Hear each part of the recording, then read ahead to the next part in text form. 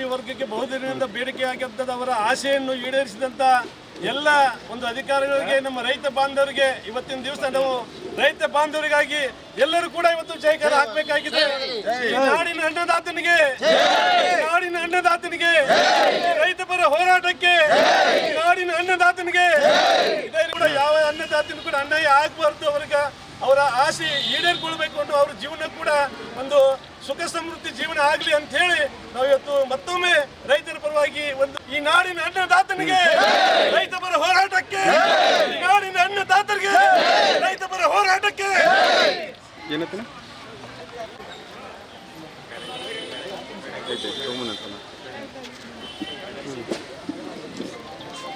ಎಲ್ಲೇ ಹಿಡಕಲ್ ಜಲಾಶಯದಲ್ಲಿ ರೈತರ ಭೂಮಿ ಮುಳುಗಡೆ ಆಗಿತ್ತು. ಸುಮಾರು 45 ವರ್ಷಗಳಿಂದ ಅವ್ರದ್ದೊಂದು ಬೇಡಿಕೆ ಆಗಿತ್ತು. ಸುಮಾರು 394 ಎಕರೆಗಳ ನೀರಿನಲ್ಲಿ ಮುಳುಗಡೆ ಆದರೂ ಕೂಡ ಅವ್ರಿಗೆ ಪರಿಹಾರಧನ ಸಿಕ್ಕಿದ್ದಿಲ್ಲ. ಕೆಲವೊಂದು ತಾಂತ್ರಿಕ ಅಡಚಣೆಗಳಿಂದ ಅಥವಾ ಕೆಲವೊಂದು ಅಧಿಕಾರ ಅಸಹಕಾರದಿಂದ ಇದುವರೆಗೆ ಅದು ಒಂದು ನೆನೆಗೆದಗಿ ಬಿದ್ದಂಥ ವಿಚಾರವನ್ನು ಎಲ್ಲ ರೈತ ಮುಖಂಡರು ಇವತ್ತು ಏನು 4 ದಿವಸಗಳಿಂದ ಈ ಒಂದು ನೀರಾವರಿ ಇಲಾಖೆಯಲ್ಲಿ ಬಂದು ತಮ್ಮದೇ ಆದಂಥ ಒಂದು ಪ್ರತಿಭಟನೆ ಮಾಡುವುದರ ಮುಖಾಂತರ ಇವತ್ತು ಜಿಲ್ಲಾಡಳಿತ ಮತ್ತು ಜಿಲ್ಲಾ ಮಂತ್ರಿಗಳಂಥ ಸತೀಶನಾಥ್ ಜಾರಕಿಹೊಳಿ ಅವರ ಒಂದು ಸಹಕಾರದಿಂದ ಇವತ್ತು ಏನೊಂದು ಪ್ರಸ್ತಾವನೆಯನ್ನು ಸರ್ಕಾರಕ್ಕೆ ಸಲ್ಲಿಕೆ ಆಗಬೇಕಾಗಿತ್ತು, ಇವತ್ತು ಸಲ್ಲಿಕೆ ಆಗಿದೆ. ಬರುವಂಥ ದಿನಗಳಲ್ಲಿ ರೈತರಿಗೆ ಏನೊಂದು ಯೋಗ್ಯವಾದ ಪರಿಹಾರಧನವನ್ನು ಕೊಡುವುದರಲ್ಲಿ ಮಾನ್ಯ ನಮ್ಮ ಉಸ್ತುವಾರಿ ಸಚಿವರು ಇರ್ಬೋದು ಮತ್ತು ಸರ್ಕಾರ ಇರ್ಬೋದು ಒಂದು ಯೋಗ್ಯವಾದ ನಿರ್ಣಯವನ್ನು ತೆಗೆದುಕೊಂಡು ಆಶಾಭಾವನೆ ಎಲ್ಲ ರೈತರಲ್ಲೂ ಕೂಡ ಇವತ್ತು ಮೊದಲೇ ಒಂದು ಸ್ಟೆಪ್ ರೈತರ ಪರವಾಗಿ ಒಂದು ನಿರ್ಣಯ ಆಗಿದೆ. ಅದು ಎಲ್ಲರಿಗೂ ಕೂಡ ಖುಷಿ ತರುವಂಥ ವಿಷಯ ಆಗಿದೆ. ವರದಿ ಸಲ್ಲಿಸೋಕೆ ಲೇಟ್ ಆಗಿದ್ದು ಇಷ್ಟೇ ಕಾರಣ, ಯಾಕಂದರೆ ಟೆಕ್ನಿಕಲ್ ಅಡಚಣೆ ಅಂತಂದರೆ ಕೆಲವೊಂದು ಪರಿಹಾರಧನವನ್ನು ಈಗಾಗಲೇ ರೈತರು ಪಡ್ಕೊಂಡಿದ್ದಾರೆ ಅನ್ನೋ ಒಂದು ಮಾಹಿತಿ ಅವರಲ್ಲಿತ್ತು. ಆದರೆ ಅದು ಮಾಹಿತಿಗೆ ಯಾವುದೇ ರೀತಿಯ ಒಂದು ದಾಖಲಾತಿಗಳು ಅವರಲ್ಲಿ ಇದ್ದಿದ್ದಿಲ್ಲ ಅನ್ನೋದನ್ನು ಕೂಲಂಕುಷವಾಗಿ ಏನು ಒಂದು ನಮ್ಮ ಕರ್ನಾಟಕ ಸರ್ಕಾರದ ಒಂದು ಸೆಕ್ರೆಟರಿ ಅವರಿಂದ ಒಂದು ಮಾಹಿತಿ ಕೇಳೋದಕ್ಕೋಸ್ಕರ ನೀರಾವರಿ ನಿಗಮಕ್ಕೆ ಅವರೊಂದು ಪತ್ರವನ್ನು ಬರೀತಾರೆ. ನಿಮ್ಮಲ್ಲಿ ಏನಿದೆ ಮೂಲ ದಾಖಲಾತಿಗಳನ್ನು ಅದನ್ನು ತೋರಿಸಿಬಿಟ್ಟು ನೀವು ರೈತರಿಗೆ ಇದು ಇದೆ ಅಥವಾ ಇಲ್ಲ ಅನ್ನೋದನ್ನು ನೀವು ಸಂದೇಶ ಕೊಡಬೇಕು ಮತ್ತು ಯಾವುದೇ ರೈತರಿಗೆ ಅನ್ಯಾಯ ಆಗಬಾರ್ದು ಅನ್ನೋ ಒಂದು ಉದ್ದೇಶದಿಂದ ಯಾವ ರೈತರಿಗೆ ಒಂದು ಹಣವನ್ನು ತೊಗೊಂಡಿದ್ದಾರೆ ಅಂತ ಒಂದು ಊಹೆ ಇತ್ತು, ಅದು ಯಾವುದೂ ಕೂಡ ರೈತರು ಇವತ್ತು ಹಣ ತೊಗೊಂಡಿಲ್ಲ ಅನ್ನೋದನ್ನು ದಾಖಲಾತಿಗಳೊಂದಿಗೆ ಕಾನೂನುಬದ್ಧವಾಗಿ ನಿಯಮಾನುಸಾರ ಇವತ್ತು ಕ್ರಮವನ್ನು ಕೈಗೊಳ್ಳಲಾಗಿದೆ. ಇದರಿಂದ ರೈತರಿಗೆ ಏನು ಜಯ ಅನ್ನೋದಕ್ಕಿಂತ ರೈತರಿಗೆ ಏನು ಸಿಗಬೇಕಾಗಿದೆ ಸಿಕ್ಕಿದೆ. ಜಯ ಅನ್ನೋದಕ್ಕಿಂತ ಕೂಡ ಅವ್ರು ಸುಮಾರು 45 ವರ್ಷಗಳಿಂದ ಇನ್ನು ಭೂಮಿ ಕಳ್ಕೊಂಡು ಅವ್ರದ್ದೇ ಆದಂಥ ಕಣ್ಣೀರಿನಲ್ಲಿದ್ದರು. ಇವತ್ತು ಒಂದು ಹಂತದಲ್ಲಿ ಅವರು ತಮ್ಮ ಆಸೆಗೆ ಎಲ್ಲೋ ಒಂದು ಆಸೆ ಇವತ್ತು ಅವ್ರಿಗೆ ಹುಟ್ಟಿದೆ. ಏಕೆಂದರೆ ಇವತ್ತು ರೈತರಿಗೆ ಏನದು ಎಡಿಷ್ನಲ್ ಆಗಿ ಕೊಡುವಂಥ ವಿಷಯ ಅಲ್ಲ, ಅವ್ರದ್ದೇ ಭೂಮಿಯನ್ನು ಕೊಟ್ಟಾಗ ಕೊಡುವಂಥ ದುಡ್ಡು ಅದು ಎಂದೋ ಸಿಗಬೇಕಾಗಿದ್ದು. ಇವತ್ತು ಎಲ್ಲರ ಪರಿಶ್ರಮ, ಎಲ್ಲ ರೈತರ ಪರ ಹೋರಾಟದಿಂದ, ರೈತರ ಮುಖಂಡರಿಂದ, ವಿಶೇಷವಾಗಿ ತಾವೇನು ಒಂದು ಮಾಧ್ಯಮದವರು ಈ ನ್ಯೂಸನ್ನು ಇಡೀ ರಾಜ್ಯದಂಥ ದೇಶದ ಬಿತ್ತನೆ ಮಾಡಿದ್ರಿ, ಏನೋ ಒಂದು ಬೆಳಗಾವಿಯಲ್ಲಿ ರೈತರಿಗೆ ತೊಂದರೆ ಆಗ್ತಾಯಿದೆ, ಇದಕ್ಕೆ ತಕ್ಷಣ ಸ್ಪಂದನೆ ಕೊಡಬೇಕಂತ ಹೇಳಿ ನಮ್ಮ ಜಿಲ್ಲಾ ಮಂತ್ರಿ ಇರೋದು, ನಮ್ಮ ಸರ್ಕಾರ ಇರೋದು ಒಂದು ತಕ್ಷಣ ಸ್ಪಂದನೆ ಕೊಟ್ಟಿದೆ. ಇದರಿಂದ ರೈತರಿಗೆ ಇವತ್ತು ನಿರಾಳವಾಗಿದೆ. ಮುಂದಿನ ದಿನದಲ್ಲೂ ಕೂಡ ಆ ರೈತರಿಗೆ ಒಂದು ಉತ್ತಮವಾದ ಪರಿಹಾರಧನ ಸಿಗಲಿ ಅಂತ ಹೇಳಿ ನಾನು ಬಯಸ್ತೀವಿ.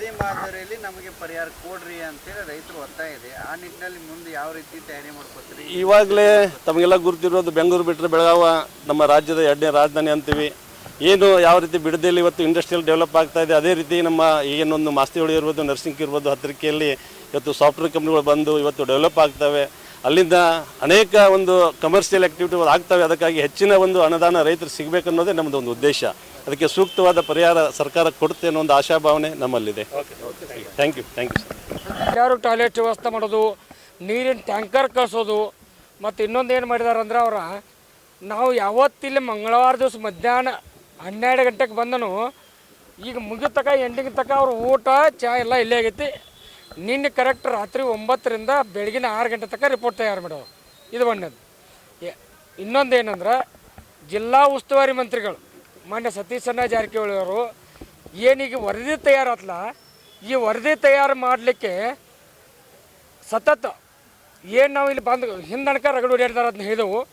4 ದಿವಸ ತಾಸಿಗೊಮ್ಮೆ 2 ತಾಸಿಗೊಮ್ಮೆ ಮಲಗವ್ರನ್ನರಿಗೂ ನಮಗೂ ಎಲ್ಲರಿಗೂ ಫೋನ್ ಹಚ್ಕೋತ ಏನಾಯ್ತಪ್ಪ ಈಗ ಅರ್ಧ ತಾಸಿಂದ ಏನಾಯಿತು, ನಿಮಗೆ ಏನಾಗೈತಿ, ಅಧಿಕಾರಿಗಳು ಏನು ಅನ್ನತ್ತಾರೋ, ನೀವೇನು ಬೇಡತ್ತೀರಿ, ಸರಿಯಾಗಿ ಮಾಡ್ಕೋರಿ ಅಂತೇಳಿ ರೆಗ್ಯುಲರ್ ಕೇಳ್ಕೊತ ನಿಮ್ಮದು ಊಟದ ಹೆಂಗೆ ನಡೆದೈತಿ, ವ್ಯವಸ್ಥೆ ಸರಿ ಐತಲ್ಲ, ಹೆಣ್ಮಕ್ಳದ್ದು ಹೆಂಗೈತಿ, ಹೆಣ್ಮಕ್ಳ ಮನೆಗೆ ಕಳಿಸು ಮತ್ತು ಕರ್ಕೊಂಬ, ಪ್ರತಿಯೊಂದು ಇದಕ್ಕೆ ಮೇನ್ ಕಾರಣ ಜಿಲ್ಲಾ ಉಸ್ತುವಾರಿ ಸಚಿವರು ನಮ್ಗೆ ಪ್ರತಿಯೊಂದಕ್ಕೂ ಹೆಲ್ಪ್ ಮಾಡ್ಯಾರ. ಹಾಂ, ಏನು ಬೇಡಿಕೆ ನಮ್ಮದು ಮೊದಲೇ ಅಂತಂದ್ರೆ 400 ಎಕರೆ ಜಮೀನಿಗೆ ಹಿಡಕಲ್ ಜಲಾಶಯದ ಹಿನ್ನೀರಿನಿಂದ ಪರಿಹಾರಧನ ಒದಗಬೇಕಾಗಿತ್ತು. ಅದು ಇಲ್ಲಿವರೆಗೆ ನಮಗೂ ನೀರಾವರಿ ಇಲಾಖೆಯವರಿಗೂ ಎಸ್ ಎಲ್ ಅವರು ಬರ್ದು ನೀರಾವರಿ ಇಲಾಖೆಯವ್ರು ಒಪ್ತಿರ್ಕಲ್ಲ, ನೀರಾವರಿ ಇಲಾಖೆಯವ್ರು ಬರ್ದು ಎಸ್ ಎಲ್ ಓಕ ಮತ್ತು ಅವರಿಬ್ಬರವ್ರು ಬರ್ದು ನಾವು ಹಿಂಗೆ ನಮಗೆ ಅವ್ರಿಗೆ ಈಗ 4-5 ವರ್ಷ ಆಯ್ತು ಒಂದು ಸ್ವಲ್ಪ ಇರುಸುಮರು ಚಾಲು ಆಗಿದ್ದು. ಅವ್ರಿಗೂ ನಾವು ಏನಾರು ಸಿಟ್ಟಿನಾಗ ಒಂದು ಸ್ವಲ್ಪ ಅಂದಿದಾವೆ, ಅಂದಿಲ್ಲ ಅಂತ ನಾವು ಹೇಳೋಕ್ಕಾಗೋದಿಲ್ಲ. ಆದ್ರೆ ಅವರು ಸಹಕಾರ ಮಾಡಿದಾರು, ಅವ್ರಿಗೂ ಧನ್ಯವಾದ ಹೇಳ್ತಾವೆ. ಈಗ ನಿನ್ನೇನು ರಾತ್ರಿ ನಾವು ಕೂಡಿ ಎಲ್ಲರೂ ಕೂಡಿ ಎಸ್ ಎಲ್ ಅವರು ಮಲಗೌಡ್ರನ್ನವರು ನಾವು ಎಲ್ಲರೂ ಕೂಡಿ ರಾತ್ರಿ ರಿಪೋರ್ಟ್ ತಯಾರು ಮಾಡಿ ಈಗ ಸಹಿ ಮಾಡಿಸ್ಕೊಂಡು ಬರತ್ತಾರ. ಒಬ್ಬಂದ ಸಹಿ ಉಳ್ದಿತ್ತು. ಅವ್ನು ಬ್ಯಾಡ ಸಹಿ ಮಾಡೋದು ಬೇಡಪ್ಪ ನಿಲ್ಲಂದ ಕೊಲ್ಲಾಪುರಕ್ಕೆ ಹೋಗಿದ್ದವು. ನಾ ಯಾಕೆ ಮಾಡ್ಲತ್ತೇಳಿ ಅವನು ಸಹಿತ ಸ್ವತಃ ನಮ್ಮ ಪೊಲೀಸ್ ಕಮಿಷನರ್ ಸಾಹೇಬರು ಮತ್ತು ACP ಅವ್ರು ಇಬ್ಬರವರು ಬಂದು ಅವ್ನು ಟ್ರ್ಯಾಕ್ ಮಾಡಿ ಎಲ್ಲಿದಾರ ನೋಡಿ ಮಧ್ಯಾಹ್ನದಿಂದ ಸತ್ಯ ಪ್ರಯತ್ನ ಮಾಡಿ ಅವ್ನು ಹಿಡ್ದ ಈಗ ಸಹಿ ಮಾಡಿಸ್ಕೊಂಡು ಅವನೊಂದು ಅರ್ಧ ತಾಸಿನೊಳಗೆ ಇಲ್ಲಿ ಬರ್ತಾರೆ. ಈಗ ನೋಡ್ರಿ ನಮ್ಮ ಕಷ್ಟ ನೋಡ್ಬೇಕಾರೆ ಅದು ನೀರಾವರಿ ಅವ್ರು ಆ್ಯಕ್ಚುಲಿ ತಪ್ಪು. ನಮ್ಮನ್ನ ಆ್ಯಕ್ಚುಲಿ ಅಂದ್ರೆ ಅವ್ರು ನೀರಾವರಿ ಅವ್ರು ನಮ್ಮನ್ನ ಕಾಯ್ದು ನೋಡ್ಬೇಕಾರೆ ನಮ್ಗೆ ಕಣ್ಣೀರು ಹೋಗ್ತಾವೆ, ಅಷ್ಟು ನಮ್ಮನ್ನ ತ್ರಾಸ ಕೊಟ್ಟರು. ಆದರೆ ಈಗ ಬಂದು ನಾವು ಹೆಂಗೆ ಹೇಳ್ತಾರೆ ಹಂಗೆ ಒಪ್ಕೊಂಡಾರ. 6 ತಿಂಗಳಿಂದ ಬಂದಿದ್ರಿ, ಇದೇ ರೀತಿ ಹೋರಾಟ ಮಾಡಿದ್ರಿ. 4 ವರ್ಷ ಆಯ್ತು ಇದೇ ರೀತಿ ಹೋರಾಟ ಮಾಡ್ತಾವೆ. 4 ವರ್ಷ ಆಯ್ತು. ಅದಕ್ಕೆ ಈಗ ಪ್ರಾಥಮಿಕ ಮೊದಲನೇ ಹಂತದ ನಮಗೇನು ಪ್ರಸ್ತಾವನೆ ಸಲ್ಲಿಸಬೇಕಾಗಿತ್ತು ಅದನ್ನು ಮೊದಲೇ ಸಲ್ಲಿಸ್ಯಾರ. ನಿಮ್ಮ ರೈತರಿಗೆ ಜಯ ಸಿಕ್ಕಿತ್ತು ಹೆಂಗಂದ್ರಿ? ರೈತರಿಗೆ ಮೊದಲೇ ಹಂತದ ಜಯ ಸಿಕ್ಕೈತಿ. ಈಗೆಲ್ಲ ರೈತರಿಗೆ ಗುಡ್ನಟ್ಟಿ ಗೌಡ್ರ ಆಯ್ತು, ಬೀರ್ನಳ್ಳಿ ಗೌಡ್ರ ಆಯ್ತು, ನಮ್ಮ ದಯಾನಂದು, ಮಹೇಶ್ ಚಿಕ್ಕೋಡಿ ಅವರು ಮುಂದೆ ಎಲ್ಲರೂ ನಮಗೆ ಪ್ರತಿಯೊಂದಕ್ಕೂ ಬಂದು ನಿಂತು ಎಲ್ಲರೂ ಹೆಲ್ಪ್ ಮಾಡಿದಾರೆ. ಮತ್ತು ಇನ್ನೊಂದು ನಮ್ಮ ರೈತರು ತಾಯಂದಿರು ಅಣ್ಣ ತಮ್ಮಂದಿರು ಎಲ್ಲರೂ ನಾ ಏನು ಬಂದು ಕೂತ ಫಸ್ಟ್ ಒಬ್ಬ ನಾನು ಗುಡ್ನಟ್ಟಿ ಗೌಡರು ಬೀರ್ನಳ್ಳಿ ಗೌಡರು ಮುಂದೆ ರಾಜು 4 ಮಂದಿ ಬಂದಿದ್ದು. ಮಧ್ಯಾಹ್ನ ಅದನ್ನು ನೋಡುತ್ತ ಕೈಲಿ 1:30 ನೋಡುತ್ತ ಕೈಲಿ 2 ಗಂಟೆಗೆ 2:30-3 ಗಂಟೆಗೆ ಸುಮಾರು ಒಂದು 200 ಜನ ಕೂಡ್ರಿ. ರೈತರು ಇಟ್ಟು ಕಷ್ಟ ಐತೆ ನಾವು ತಿಳ್ಕೊರಿ, ಬರೀ ಒಂದು 2 ತಾಸಿನಾಗ 200 ಜನ ಕೂಡ್ರಿ. ನಾವು ಯಾರಿಗೂ ಕರೆದೇ ಇಲ್ಲ. ಮರ್ದೂಸ್ 500 ಜನ 500 ಜನ ಅದಕ್ಕೂ DC ಮೀಟಿಂಗ್ ಆಯ್ತು. 500 ಹೋಗಿ ಮಾತ್ರ ಮರ್ದೂಸ್ 800 ಆಯ್ತು. ಇವತ್ತು ಒಂದು 1500 ಜನ. ನಾವು ಯಾರನ್ನೇ ಕರೆದಿಲ್ಲ. ನಾವು ಮೊದಲನೇದಾಗಿ ರೈತರಿಗೂ ಅಣ್ಣ ತಮ್ಮಂದಿರಿಗೂ ತಾಯಂದಿರಿಗೂ ಅವ್ರ ಮೊದಲು ನಾವು ಧನ್ಯವಾದ ಇರ್ತಾವೆ. ಯಾಕಂದ್ರೆ ನಾವು ಕರಿಕುತ್ತ ಹೆಚ್ಚಿನ ಸಂಖ್ಯೆಯಲ್ಲಿ ಬಂದು ಅವರ ಬಸ್ಸಿಗೆ ಬಂದು ನಮಗೆ ಏನು ಇದ್ದದ್ದು ನಾವು ಏನು ಮಾಡಿ ಹಾಕಿದೋ ಅದನ್ನ ಊಟ ಮಾಡಿ ಎಲ್ಲ ಮಾಡಿ ಅವ್ರು ನಮಗೆ ಸಪೋರ್ಟ್ ಮಾಡಿದ ಇದು ಸಿಗಾಕ ಕಾರಣ ಅಂದ್ರೆ ನನ್ನ ತಾಯಂದಿರು ಅಣ್ಣ ತಮ್ಮಂದು ನನ್ನ ಈ ರೈತ ಮುಖಂಡರು.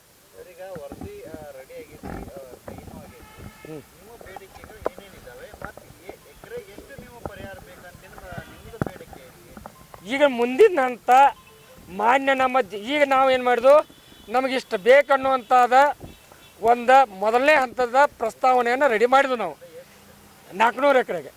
ಇದಕ್ಕೆ ಮುಂದಿನ ಕೆಲಸವನ್ನು ಮಾನ್ಯ ನಮ್ಮ ಶಾಸಕರು ಹಾಗೂ ಜಿಲ್ಲಾ ಉಸ್ತುವಾರಿ ಸಚಿವರಾದಂಥ ಸನ್ಮಾನ್ಯ ಸತೀಶಣ್ಣ ಜಾರಕಿಹೊಳಿ ಅವರ ಸಾಹೇಬರವರ ಸ್ವತಃ ಅವರ ಮುಂದಿನ ಅವರಲ್ಲಿ ನಾವೊಂದು ಕಳಕಳಿ ವಿನಂತಿ ಮಾಡ್ಕೊತಾನು.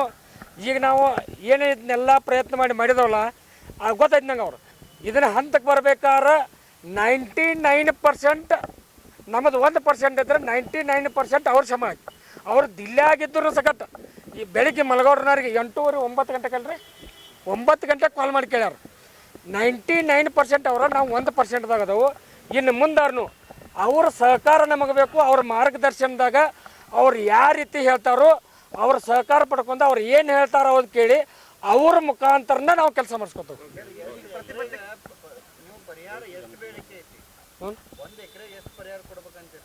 ಪರಿಹಾರ ಅನ್ಕ ನಾವು ಮೊದಲ ಅನ್ಕ ನಾವು ಪರಿಹಾರ ಇಷ್ಟ ಅಂತ ಕೇಳಕ್ಕಿಲ್ಲ. ಈಗ ರೈತರಿಗೆ ಅನುಕೂಲ ಆಗೋಂಗ ಮಾನ್ಯ ಸತೀಶಣ್ಣ ಜಾರಕಿಹೊಳಿ ಸಾಹೇಬ್ರಲ್ಲಿ ನಾವು ಒಂದೇ ಒಂದು ವಿನಂತಿ ಮಾಡ್ಕೊತಾವೆ. ಅವರು ರೈತರ ಪರವಾಗಿ ಅದಾರು. ಬೆಂಗಳೂರಾಗ ಹೆಂಗೆ ಬಿಡದಿಂದ ಬೆಂಗಳೂರು 30 ಕಿಲೋಮೀಟ್ರ್ ಐತಿ. ಅಲ್ಲಿ 2.5 ಕೋಟಿ ಕೊಟ್ಟರು ಜಮೀನು ರೈತರು ಕೊಡ್ತಾ ಇಲ್ಲ, ಜಬರ್ದಸ್ತಲ್ಲಿ ಬಿಡಿಸತ್ತಾರೆ. ಈಗ ಬೆಳಗಾವಿ 2ನೇ ರಾಜಧಾನಿ, ಇಲ್ಲಿ ವಿಧಾನಸಭಾದಿಂದ ನಮ್ಮದು 30 ಕಿಲೋಮೀಟ್ರ್ ಐತಿ. ನಮಗೂ ಅಲ್ಲಿ ಏನು ರೈತರಿಗೆ ಪರಿಹಾರಧನ ಕೊಡ್ತಾರೆ 2.5 ಕೋಟಿ ಎಕರೆಗೆ ಅದನ್ನೇ ಕೊಡ್ಬೇಕು. ಯಾಕೆ ಕೊಡಬೇಕಪ್ಪ ಅಂತಂದ್ರೆ ಅಲ್ಲೂ ಮಾವಿನ ಗಿಡ ಬೆಳಿತಾರೆ, ನಾವು ಮಾವಿನ ಗಿಡ ಬೆಳಿತಾವೆ. ತೆಂಗಿನ ಗಿಡ ನಾವು ತೆಂಗಿನ ಗಿಡ, ಅಲ್ಲಿ ಬಾಳೆ ತೋಟ ನಮ್ಮದು ಬಾಳೆ ತೋಟ, ಅಲ್ಲೂ ಕಬ್ಬು ಬರ್ತೈತಿ ನಮ್ಮದು ಕಬ್ಬು ಬರ್ತೈತಿ. ಅದು ರಾಜಧಾನಿಯಿಂದ 30 ಕಿಲೋಮೀಟ್ರ್. ನಮ್ಮದು ಸೆಕೆಂಡ್ ರಾಜಧಾನಿ ಐತ್ರಿ, ನಮ್ಮದು 30 ಕಿಲೋಮೀಟ್ರ್. ಅಲ್ಲಿ ರೈತರು ಅವರು ನಮ್ಮವ್ರ ನಾವು ಹಂಗದವು, ಅದು ಭೂಮಿ ನಮ್ಮದು ಭೂಮಿ. ನಾವು 2.5 ಕೋಟಿ ರೂಪಾಯಿ ಕೊಡಬೇಕಂತ ಮಾನ್ಯ ಸರ್ಕಾರಕ್ಕಾಗಲಿ ಮಾನ್ಯ ಜಿಲ್ಲಾ ಮಂತ್ರಿಗಳಿಗಾಗಲಿ ನಾವು ವಿನಂತಿ ಮಾಡ್ಕೊತಾವೆ.